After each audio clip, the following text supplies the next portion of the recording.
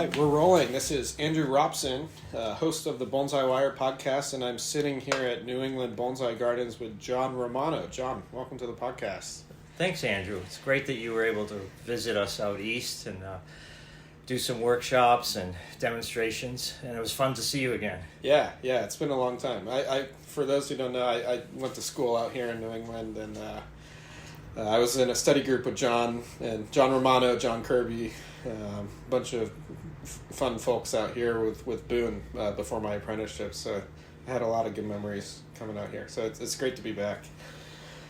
John, you're a shohin specialist, and I know you have quite the background with shohin. You studied a little bit with Shibata Senior at the Taisho. And what's your background with shohin, and how'd you get started?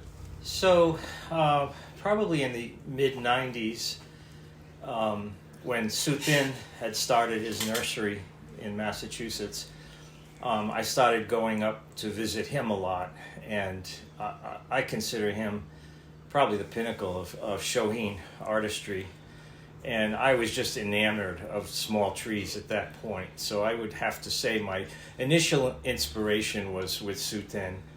And he's still producing world-class shohin bonsai. That was your first kind of time seeing high-quality small trees? Yeah, other than in books, but even back in the 90s when I was, I would call it my teenage years in bonsai, because I started somewhere in the 80s. I didn't, have a lot of books with high-quality shohin. So that was my first, in-person introduction to shohin bonsai. Yeah, fun. Suthin still does really amazing work. He still travels and does a lot. I know he works on big trees too, but he goes to a lot of shohin conventions and whatnot too. So you saw shohin then. What sparked the curiosity to go further and kind of pursue then it was just trial and error. A lot of errors. Shohin, as you know, are very challenging. And working full-time at another job, you have to deal with watering situations, shade, the correct soil. So I would say it was a few years of just learning the nuances of growing shohin bonsai. And I would just take classes. I started going to New England Bonsai after Suthin. And I liked black pine, so I took classes there. I was friendly with Nick Lenz and learned a bit about larch. And those are probably my two favorite species for shohin, black pine and larch. Yeah, fun. Did Nick have any shohin? I know he had a lot of significant larger trees. He had mostly larger trees, but he did have some little azaleas and little elms. Okay. It wasn't his specialty, but he would play around with the small guys too. He was such a iconoclast and creative guy, and who just passed away. If your listeners don't know, which was a sad occasion, but we're going to have a little memorial get together next weekend. That'll be great. Yeah. So did you start working with Nick before you delved deep into shohin, or when? I met Nick probably around the time that I was going up to Suthin, so mid-90s, maybe early 90s. I would visit him a few times a year, and then we corresponded for years after that. And he became more of a friend than a bonsai teacher to me. Just because we kind of clicked off on a few levels. But I worked with him occasionally, Okay. So you see high-level shohin at Suthin's. Yeah. There's not a lot of good books or material out there on shohin. So where do you go next to pursue it? In the early 2000s, I visited Japan with Bill Valvanis of 2001, 2003.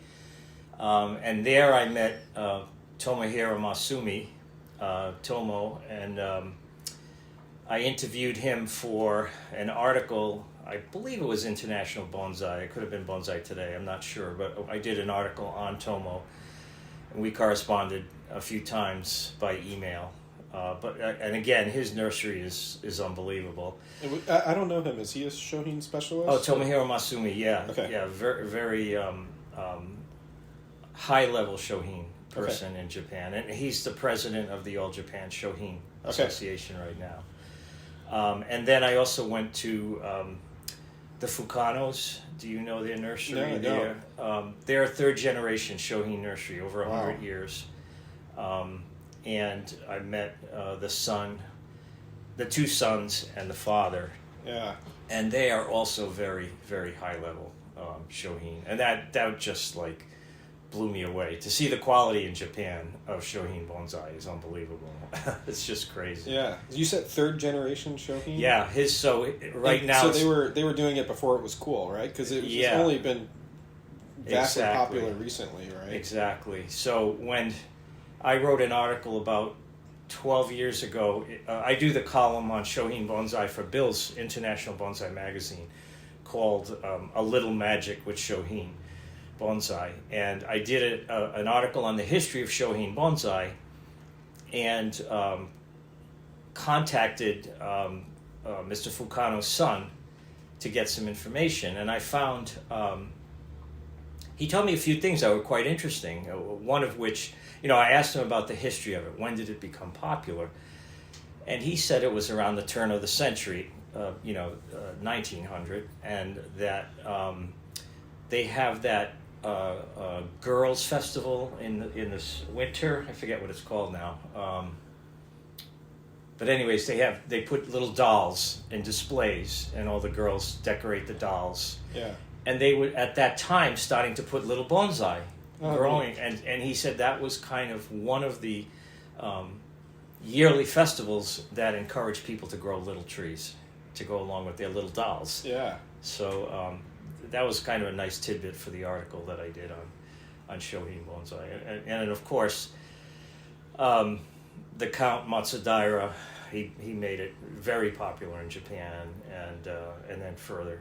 So that article's still out there. I should probably republish it. I don't know about the Count. What's the story there? So the Count Matsudaira and his wife were both into shohin mame bonsai, and being wealthy, being a count, he was able to acquire very good trees, but also he collected stands, pots, miniature scrolls, and because of his popularity, people kind of became enamored of shohin bonsai. I think he was the first president or in charge of the first Kokufuten. There are pictures you'll see of him at the very first Kokufuten. Oh, wow. And he had a shohin display at that event. So he's very pivotal. And there's also a famous book of his on shohin bonsai that's still around. You can still get it with some really nice trees. And in fact, Bill Valvanis actually has one of his trees. Interesting. Yeah, a maple. It's grown a little bit bigger. I'm not sure it's still considered shohin, but that's such a cool historic tree to have in the United States that Bill has that. Yeah, it's really cool. Interesting. So you mentioned calling it shohin, just for our listeners to really set terms. Okay. So how would we truly classify a shohin? Well, when you say truly, you almost have to put parentheses there because there's a little nuance in that. But currently, if you go by the Japan standards, it's 8 inches, it's 20 centimeters, which is approximately 8 inches. And that's from the top of the pot to the top of the tree. I believe at one time, some people had it at 15 centimeters. Okay. But I kind of suspect that it was economics, that they wanted more trees out there and then trees a little bit bigger to be included, so they pushed it up to 20 centimeters. And again, it's a guideline, because you could have a side tree, you could have like a 7-tree stand display with the box stand, and on the side you could have a small bunjin pine that's 25 or 30 centimeters and still have it acceptable to be part of the display. So there are some nuances there. Or a cascade can be longer than the 20 centimeters. But that 20 centimeters is the current standard, I would say. And that's a tree that in a pot you'd be able to pick up with one hand. Exactly. No problem. Exactly. Okay, so the Count kind of popularized, going back to the history. The Count Yes, so you'd go into the 40s, into around the time of the World War, and then there was, I'm trying to think of who else. This podcast kind of got thrown on at the last minute. I wasn't able to do some research, but after the World War, obviously, when bonsai started to become popular around the world, people brought trees back from Japan, soldiers and their wives and whatever, and then people like, John Naka started making it popular. But shohin was still not big in the United States, I don't think. I think it's more in the last 20 years that it's become more popular here than, say, in the 60s, 50s, 60s, 70s. Although you have to talk about, when you talk about shohin in the United States, you have to talk about Dory Froning. Dory was the woman who wrote the column on shohin bonsai before myself for Bill's magazine, and she was very instrumental in putting out information about small bonsai. And of course Bill Valvana supported all this because he would supply the illustrations, the pictures for these articles. Even for mine, a lot of the pictures Bill took in Japan. So Bill would go to Gafuten, Bill would go to Kokufu, take some pictures of fantastic shohin, and then if I do an article on maples, he'll put a picture of a fantastic maple in there. So, he is a great supporter of small bonsai. And, you mentioned Gafuten. So for our listeners who don't know, Gafuten is from my understanding, it's like the Kokufu of shohin. It's the best shohin exhibition in the world. Correct. And that's every year in January. There are other shohin exhibitions in Japan, smaller ones that are still interesting, but that's the premier. That would be like Kokufu 10. Yeah. Something that was interesting to me when I was studying with Michael is he taught me that shohin, yes, it's bonsai, but it's also not bonsai. And his reasoning or logic behind that statement was, it's kind of like azaleas. Like, they're included in the overall bonsai community, but they're also separate communities. They have their own professionals, their own shows, their own kind of aesthetics. You don't see a lot of wabi-sabi shohin. It's more about flashy, grab your attention. Yeah. And so, it's a tree in a pot. I think I have to sit down with Michael and have a talk with him about that. We should because I definitely, I'm not a big fan of azaleas, and I Kenji Miyata, who lives in the United States now, actually started coming here to New England Bonsai when he first came to the United States, before he got his green card and moved on. And Kenji would say, azalea not bonsai. They're just flowers. So, that's I kind of feel that way a little bit, not a lot, but it's almost like I feel Michael's denigrating shohin. That's why I have to talk to him. I think it's I don't think he is, but I think it was just a distinction. Like there's it's in the bonsai. It's a sub. Family. It's a sub. It's a sub category. No, that's certainly true. And like you said, they have their own association, their own shows, their own professionals, their own gardens. Exactly. There's not a lot of people, like, you don't hear like a Shinji Suzuki or a Kimura dabbling in shohin. Like, maybe they have someone around. No, you don't. But that's true. Although the Urushibatas, they're kind of, or at least a senior who passed away, was very much into shohin. He still did a lot of large bonsai, and they're kind of noted for that. But they do all kinds of bonsai there. I'm sure Taiga does some shohin as well. Yeah, so you did some study with senior. Yeah, that was kind of fell into my lap, and I was so grateful and lucky that happened. So what occurred was, on one of my visits with Bill, I met a tour guide for bonsai in Japan, and we kind of became friends. And so on my second trip with Bill, we did a day with him, and he drove us around to some just shohin nurseries. That's where I went to the Fukanos and some of the other nurseries in the Tokyo area. And then he called myself and another guy about doing a trial, not really apprenticeship, but some learning experience at Arusha Bhatta's nursery. So he was thinking of opening an international school, which he subsequently did. But he wanted to do it as a trial first. Yeah. He wanted to see how's it going to work. So Bob and myself went there, a last minute thing. We agreed to do it, and we spent about two and a half weeks there. Okay. And when we were there, we met what's his name from Spain now? Mario Comsta? Mario Comsta. I'm sorry, I forgot that. Mario and I became friends. In fact, when Mario came to the United States a few years later, he stayed at my house with his girlfriend, and so Mario was able to translate.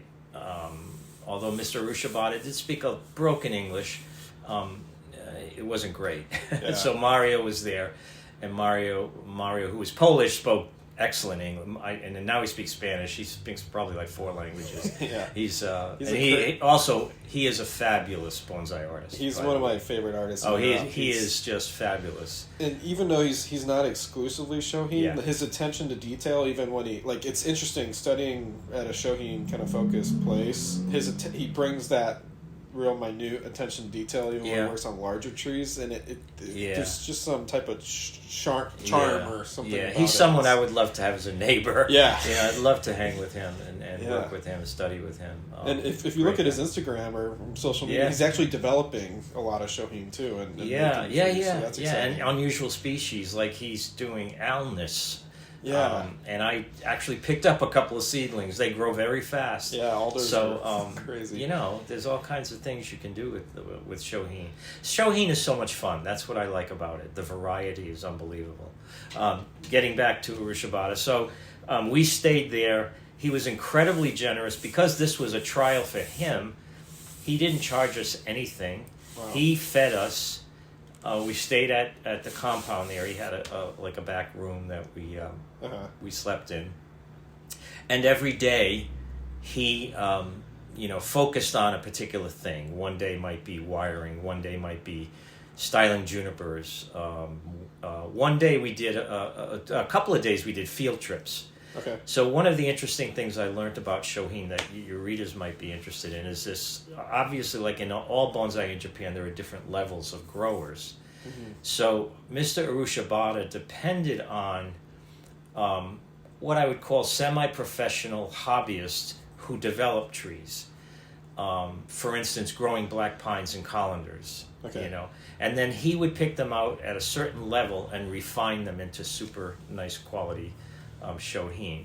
So we went to different houses of people who were doing this, who he buys from, who he has a relationship with. And I was lucky enough to meet, again, the name I can't remember because I didn't have time for research, but the gentleman who wrote the article about growing black pines from seed in Bonsai Today, the Japanese man who made it famous. Yeah. We went to his house, and I have a picture with him. And he, at the time, again, this is 2006, I believe. He was in his 80s. He was pretty old, so I'm sure he's passed on by now. But he still had little pines in colanders all in his backyard doing that thing. And actually, I felt when I wrote the history of shohin bonsai, I felt that was kind of a pivotal point of development in growing black pines for shohin, growing them in colanders, the seedling cutting method, that so many people are doing right now. Yeah. But so that was great to do that, to visit those places, and that was a real boost to go there. Yeah. So you were with Arusha Bhatta in 2006 for about 2 to 3 weeks, something like that. Did you ever go back and work? I actually did. I went back for 1 week a few years later by myself, and life gets in the way. I didn't have time after that to continue, but. No, it was an experience, kind of a lifetime. I'll never forget. Yeah, it's great. What were some things that you saw there that you had not expected, or revelations on shohin, stuff that you weren't getting from the limited research you were able to do beforehand? Yeah, good question. I think one thing I learned, and I still have notes and drawings from him, when we talked about growing, styling shohin Yamadori style junipers, he always talked about imagination, that it's always about imagination. So when you're looking at raw material, you kind of have to open your mind and think about, what story this little tree is going to tell, what the jin's going to do, what the shari is going to do. Was it on a cliffside? Was it by the water or whatever? And so I've definitely digested that in my own working with junipers.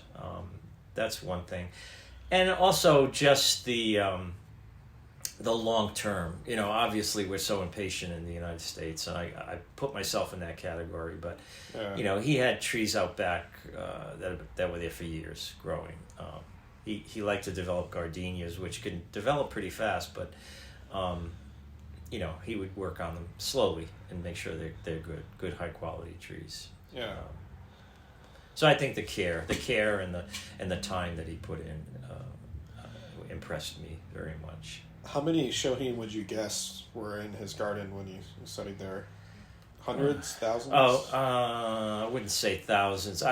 He sells a lot of trees through the Japan auctions. I still see them on there. Tiger must still do it, but I would say the low 1,000s. Yeah, there were a lot. I'd say maybe 600 or 700 high quality trees, and then another 500-600 trees in development.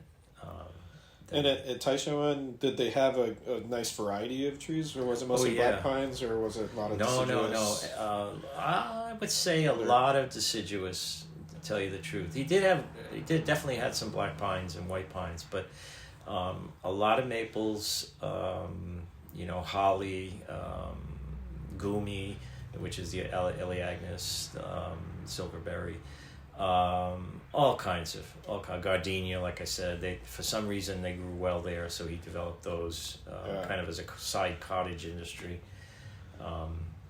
So yeah, a lot of variety, which was also quite cool. You didn't just work on one tree species. Yeah, and you kind of need that, right? Because in a shohin display, you need all different pot colors, all different. It's so challenging. Conifer, deciduous, broadleaf, evergreen. It's so hard getting 5 trees ready in 1 year, all healthy, either in fruit or nice looking. So it's a challenge. Yeah. So this year, I'm already thinking about the national show, which is next year, 2023. You really have to plan like 2 years in advance. Will I repot this tree this year, or should I wait a year? And what pot will this go in, and all of that. I'm already kind of planning for that. And then who knows what Mother Nature will bring, and whether they will be ready. Yeah. How many to make like your classic? 7 trees. 5 and one on the side or whatever. Your classical box display. How many trees do you think you need in a shohin collection to just get a? Oh my God! So I probably have 80 to 100 trees. Not all at high level, but you probably need 50 to 60 trees that are good to pick the variety. Yeah. Health and that's what I enjoy about shohin. Getting unusual species. I love one of my side things. I'm Italian American. My father was born in Italy, and I love fig trees, the Ficus corica, and I'm working on growing shohin fig trees. And everyone says, well, the leaves are so big. Well, you can defoliate them like we were talking about earlier, a few times a year, and I do that. And I have some with the leaves pretty small, and I'd love to have one of those in a box display, and I'm shooting really for that. That would be fun. And also a larch. You don't see shohin larch. I have a decent one that I'm working on as well for that. So that's the fun. The variety of trees is fun. Yeah, and even though there's these classical trees that they use in Japan for shohin, like gardenia, maple, like juniper, there's a lot of fun things that we're exploring. We were talking about kiwi, hardy kiwi the other day. Oh my God! Yeah, I just that was in a Bill Valvanis article in one of his magazines. Okay. The hardy kiwi, and what did I do? I went out and bought 3 or 4 of them. Yeah. I'm working on those. It's a cute bark, cute leaf. And, if you get fruit, another bonus there. One species I love, but it's kind of a challenge up here, is the dwarf kumquat, the kinzu. Yeah. And I showed you I have a pretty big trunked one that I'm working on. Those are fun. Those are great with the tiny fruit.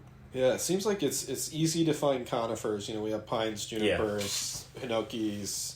There's several conifer options. There's a lot of deciduous options, but the broadleaf evergreens are always kind of seem more limited to you don't see shohin beech much. You don't see you don't see Stewartia even. No, and I have a pretty good one, but it's still a few years away.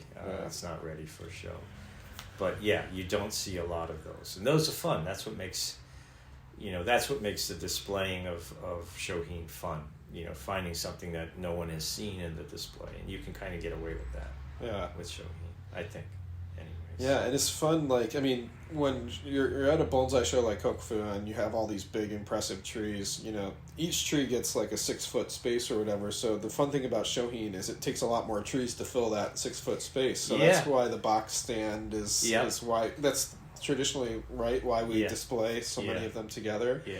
Is to fill a nice big space, create variety, attract attention to. So at the last national, if anyone remembered, I had a juniper in a kind of one of those shell stands that I had David Niddle make. It's an unusual one, and the tree was not perfectly filled out, but it was my kind of homage to Mr. Rushibata, because he helped me pick it out, and I bought it when I was there. And, he had just passed away, so I wanted to put that in the show. Neat. And so that, I felt good about that, doing that as a tribute to him. Yeah. Very fun. Yeah. It seems there's a lot of activity and excitement for shohin in Japan, and seems to be very well organized. We do have some shohin shows. St. Louis did a shohin show for a while. There's been a shohin convention in California for a while. There's been a shohin... Bill did a shohin display in North Carolina for a year or two. Yeah. But it seems like when we go to major shows in the U.S., shohin is still kind of, at least lacking in the presentation. A lot of people might have them in their gardens. I think so, but I would agree. So... What do you think the reason for that is? I actually don't know, to be quite honest with you. When we came back from Arushibata's, Bob and I were, we kind of started the American Shohin Bonsai Society, and then for various reasons that kind of fell through. But I would love to maybe do something like that, and you and I spoke, and you had spoken to Jonas. I'd love to be part of that. Maybe we can have a small or a national organization and maybe sponsor a convention or a exhibition would be great. Or even if it's a section of another show, but just specifically for shohin. I think it needs its own thing for us to advance. Yeah, I agree with you. I agree. Advance the excitement. Yeah. So that would be fun to do that. And then I'm almost retired, so I'll have more time shortly. What's the day job right now? Well, I just as a quick history, I started out selling rare books after college, and then I studied bookbinding. Neither profession generated enough income, and I got married young, so neither provided enough income for my family. So the bookbinding evolved into box making, and I started a company with my partner Stuart, and we made portfolio boxes, cases for artwork and for galleries and limited edition artwork, and that actually was very good for about 30 years. And we ended up selling the company about 9 years ago, and I worked for the company that bought it. Okay. Yeah, it was a bigger company. So I've been with them 9 years, and hopefully retire in a year or so. Oh, congrats. Yeah, I'd be glad to do that. Yeah, and then shohin full time. Definitely, I want to get more into mame, which is definitely fun. But I think not being home enough to water trees regularly. Yeah. And I'm not really into watering systems at this point. I like hand watering trees. Yeah. I don't feel comfortable keeping tiny trees alive right now. But that's where I'm going to go. When I was in your backyard, I saw something interesting. You had a bench that was a real shallow kind of tray filled with sand. Yes. And we were chatting that seemed to help really keep them hydrated throughout yes. the day. So it's a metal tray, and it's long. It's about 6 feet long. It actually belonged to this woman, Nancy Mack, who used to be the president of the New Haven Bonsai Society. When she passed away, they offered it to me. So I used to put crushed gravel in there, but it didn't stay moist enough. So now I'm actually putting that play sand, the construction sand. Yeah. And for smaller trees, I actually kind of bury them in there, and the sand stays moist. By the end of the summer, when you pick up the pot, the roots are all in the sand. It picks it all up, but it keeps them going, and you can trim the roots if you're going to display it or whatever. But yeah, it's a big help for little trees. Does it seem to add several hours to the, from when it might need to be watered next? Yeah. So I'm at the point with the soil that I'm using now, and with that, and some shade cloth in some areas, that I can get away in the middle of summer with morning watering, and they'll be okay till I get home around 5:30. And so, as you can imagine, I never go out. Yeah. My wife helps out when I'm not there, but they're my responsibility. It's tough enough when you have bonsai in general. Yeah, but having little trees, it becomes challenging. Yeah, the margin for error is much less. God, yeah. That's probably the biggest thing. They might not need water. Right. As that much more frequently. Right. But if they get dry, then right. It's more damage more quickly. Yeah. Other than watering, what are other challenges that you've faced with? Well, I think right now what's on you being here in April. I'm in May, early May. It feels like April. New England is tough in the spring. So my trees are either in the greenhouse or the garage, and I start bringing them out. And they're used to being above freezing in the greenhouse all winter, and then the sun is higher in the spring, and they're ready to go out. They're all budding out and repotting. And you put them out, and then we have this super cold weather for a week. Yeah. And if we have a frost, I have to bring them in. But without a frost, it's still low 40s, windy, and they all sulk, and they don't really start growing until later in May. So it's a challenge. Cause, I can lose some trees. Small trees that have just repotted. If I don't bring them in, if there's a frost, or I think there's not going to be a frost, and there was a frost, it can kill off buds. I will bring in all of the higher quality, expensive trees, but some of the little ones that I'm just cultivating, just starting out, I may leave them out, and I might lose a few of those. But so that's probably the other big challenge. And then just aesthetically, just trying, and you talked about this in your demo, with a shohin, you have to have branches that are really low. You have to really work at keeping the tree healthy and vibrant, and at the same time keeping it small. So good watering, good fertilization, good sunshine, and all of those things, and good trimming at the right time are all critical, to maximize the beauty and the health of the trees. So that's the other challenge. That was a tip I learned from Daisaku Nomoto. That if your first branch is higher than 1 inch from the soil line, you're going to have a lot of trouble having density on having a a small tree. Yeah, for sure. Small plant. For sure. We're trying to shrink so much density down to 8 inches or less. It's a lot to pack into a small space. Sure. It's a good segue. I met him at Boone's a couple of times. At Boone's show, I used to go out with John Kirby occasionally to the the Bay Island Bonsai Show, which was a great show.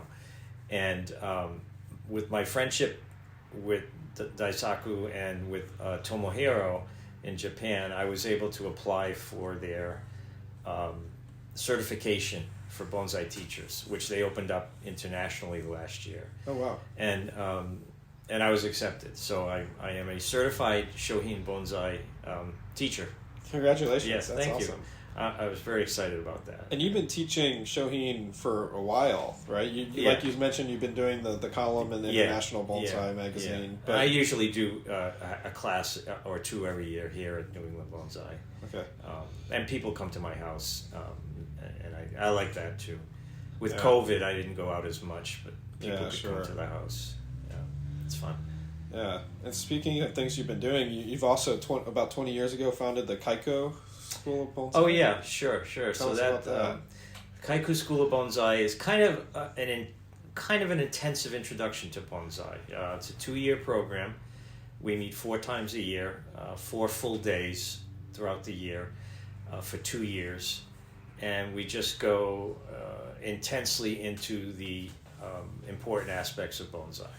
I don't like to take a raw beginner. I like to have someone with a little bit of experience. But, we'll do the first class will be just on repotting and teaching about soil, and I'll send them Bunzo video on repotting, which is very good. And we'll talk about soil ingredients, we'll talk about proper repotting techniques, etc. Then we'll do a class on styling, we'll do a class on wiring.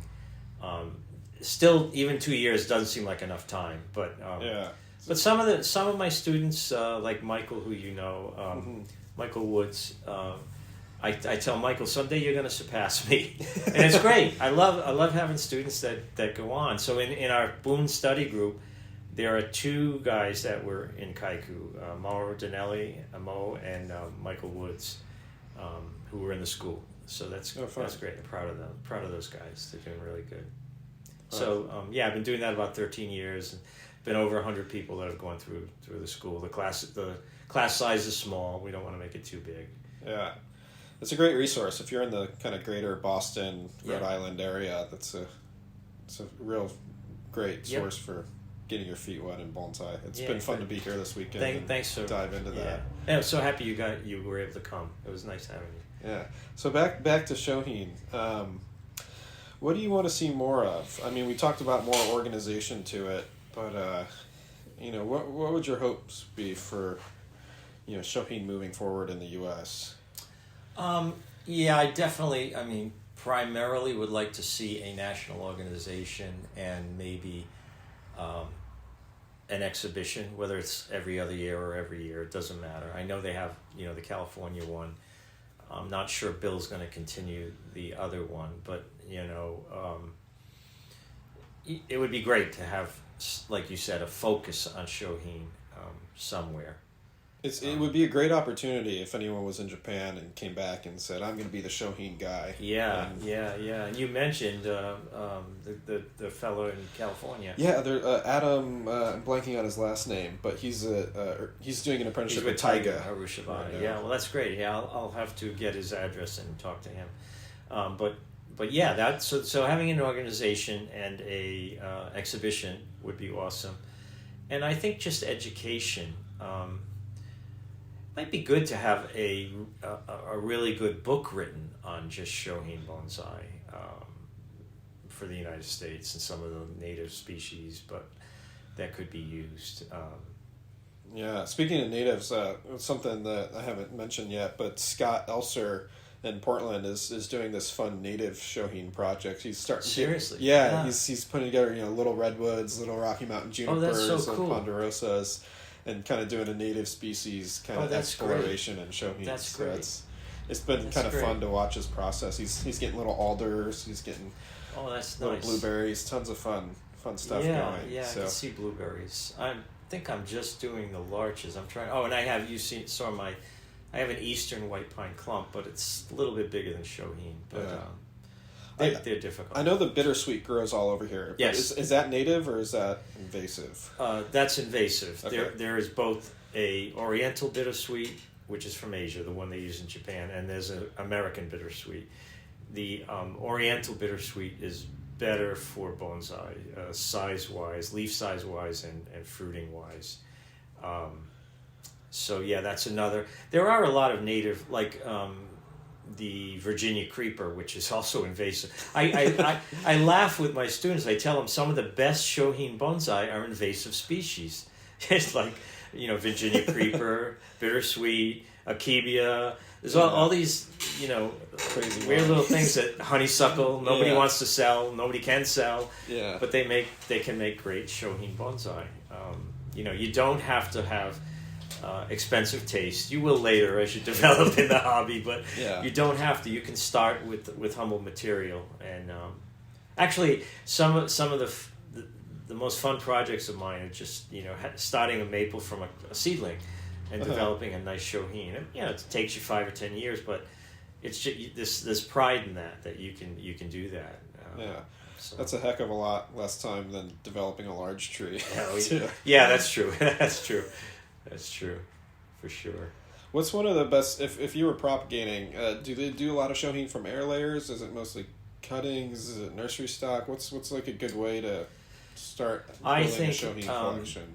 To develop a mature tree, air layering is a very, very good method for various reasons. One, you can get a bigger trunk faster. 2, you can develop a better nabari faster that way. So I think air layering is a very good, best technique to develop a mature. But with I still do cuttings because some species grow fast, and you can do cuttings. Collecting, whether it's urban collecting, potentillas make really nice little trees. Oh, neat. And they're all over the place. You can get them at garden centers. I like potentillas a lot. You can get. Sometimes I've actually bought garden plants, like a maple that's going to go in the ground just because of the top was really nice, and I'm going to ear layer it because look at that, that's perfect. Yeah, I've bought bonsai at auctions before that half the branches are dead or something, but there's a nice little shohin right at the top to air layer off. So and getting back, I mentioned in Japan the kind of hierarchy of growers. And the shohin professionals rely on these serious hobbyists. There are people, even in the United States, who are very good. We have a local guy who grows Chinese elms from root cuttings and cuttings. He does a very good job, and I've gotten a few from him that I've developed later on. If there's more people like that around who like to develop trees from the ground up, whether it's cuttings or air layers or whatever, and are willing to sell or trade at club shows, that's a good resource to get material for shohin. Yeah, one of the best people I know is Shannon that we talked about. Oh, Shannon's my buddy. He's a rock star now. I just saw him on ICN's YouTube. Seriously though, he's probably the premier shohin grower in the country. He lives in a good climate, although he gets cold weather down there too. I was talking to him. Actually, we were talking on the phone a couple of weeks ago and talking about the cold weather he's going through. But yeah, he's great. I'd recommend touching base with him and buying stuff from him. Yeah, he not only has a real high level collection, but he's doing a lot of propagating and developing as well. He had a great booth at the national show. Yes, he did. I bought a few things from him. Yeah, I'm excited to see what. Other than that, I don't know. We have Mark Comstock does the seedling black pine technique, and he's doing thousands of those, and that's a great resource. We need more people like that. Yeah, and we need someone who could grow, develop maple stock for shohin. Yeah, which would a difficult species. Maples are tricky for shohin. Very tricky for shohin, but I love them. Yeah. So it's a good challenge. How important do you think the genetics are?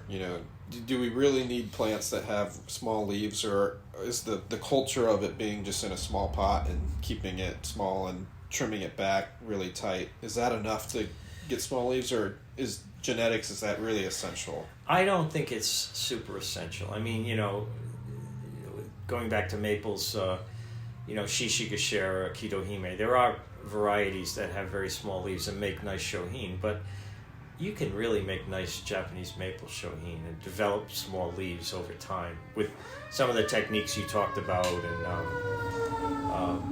and just growing them in small pots over a long period of time. They will reduce in size.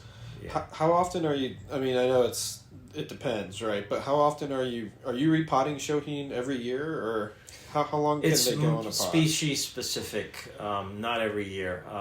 Like with older shohin black pines, I still will go 2, sometimes even 3 years if I don't want them to slow down, because the trees are going to slow down.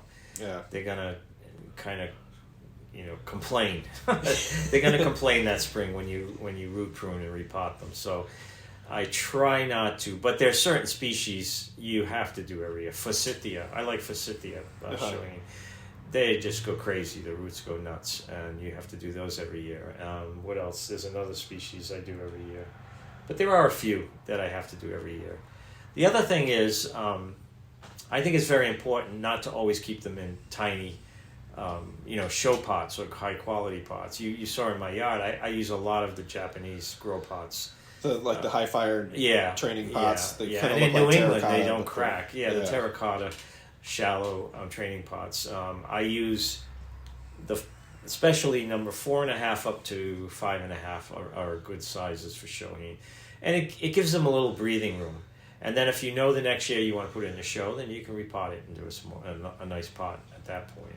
Yeah, but that's a good strategy. I would say most of my trees are in grow pots. Okay. Yeah. Yeah, that's a really good strategy for keeping them happy. Yeah, because we do put them in real small. Yeah, I mean they look great. We all want to, but then you think, oh God, this guy's struggling this year. Yeah, and we're struggling to water it. Yeah, exactly, for sure. Interesting. What are some unusual species for shohin that you're liking these days? You mentioned larch, which not a lot of, you don't see hardly. You don't see a lot of shohin larch, and I know we have Chris Springer, who's a big collector up here, and I've got a few small larch, and I think they can make nice shohin. The key is with larch, mostly bog grown larches, the foliage is way up. Yeah. Luckily, I found that he had a couple that have foliage down low. And the other thing you want is with to make it look old is to have some craggy bark and flaky bark. And larches take about 20 years to get flaky bark. So it's tough, but definitely doable. And they take thread grafting easily. So you could have a nice trunk with nothing down low, but develop it later because they do grow fast. It's another species that the roots grow pretty fast. I mentioned the Ficus corica, the fig, and I do like unusual species like Akebia, persimmon. I have persimmon. I don't know how unusual that is. The kiwi, the hardy kiwi, is a new one. Yeah. I am kind of always looking for something unusual. For sure. I started playing in the last couple of years with shohin birch. Just European white birch, seedlings that pop up in the neighborhood, and they make great shohin. The leaves are real small. They get nice bark. I have not tried that. I have to try that. I've never seen one in Japan or anything like that. That's true. But they're responding really well. It's good. Been surprising to see. Is there someone here doing it, or no? It's you started in Europe. I found them on the West Coast. Okay. And they've been a lot of fun to play with over the years. Good. Even little willows, oftentimes, especially I have a few friends' homes that I shop for Bonsai, and oftentimes if they get a weed, like a willow or a birch growing in one of the pots, they just start pruning it rather than pull it out. It'll be in a pot with a larger bonsai, and they'll just start trimming it. I'm like, wow, that's a great little tree. Can I always love seeing unusual species. At the last national, my other friend Mark Arpag had a small balsam fir presentation that was really nice. It was had some other accents in it, and David Niddle and Kathy collect some balsam firs up in Vermont. Yeah. And I don't have one yet, but it's on my list. You hear me, David? You got to find me a nice little one. Yeah. And we owe David so much because he's supplying a lot of us with nice box stands. Oh, David's the man. I love David. Good guy too. And more importantly, a really good guy. Yeah. He does fantastic shohin stand work. I mean, all of his stands are amazing, but it takes a special kind of skill set to make a shohin stand. For sure. He just crushes it. For sure. It's just fun. But great. Yeah. And final thoughts on shohin. So we need an organization. I think we probably need some more shows. It's actually nice. The U.S. National Show in Rochester actually has quite a few displays, compared to other shows around the country. I think so. Yeah, and that's nice to see. Yeah, Mel Goldstein has some awesome shohin. John Kirby's got some great ones. Kirby. I mentioned we meet at John's house for Boone's workshop, and I'm always looking through to see what new acquisitions he has. Yeah, he has a killer gumi that I love. He's got a couple of gorgeous maples, a couple of tridents, a couple of Japanese maples. Yeah, he's got a really nice shohin collection, I have to say. John's a good guy too. Yeah. Well, we need to get some going on the West Coast. We're lacking shohin out my way. So that's surprising to me, to tell you the truth. But if I can help at all, even if it's just remotely, I'll support you guys. Thanks. Well, it's been fun chatting, John. Thanks. It's been a fun episode on the Bonsai Wire podcast. Have a great night, everybody. Appreciate it. Bye. Oh, thanks.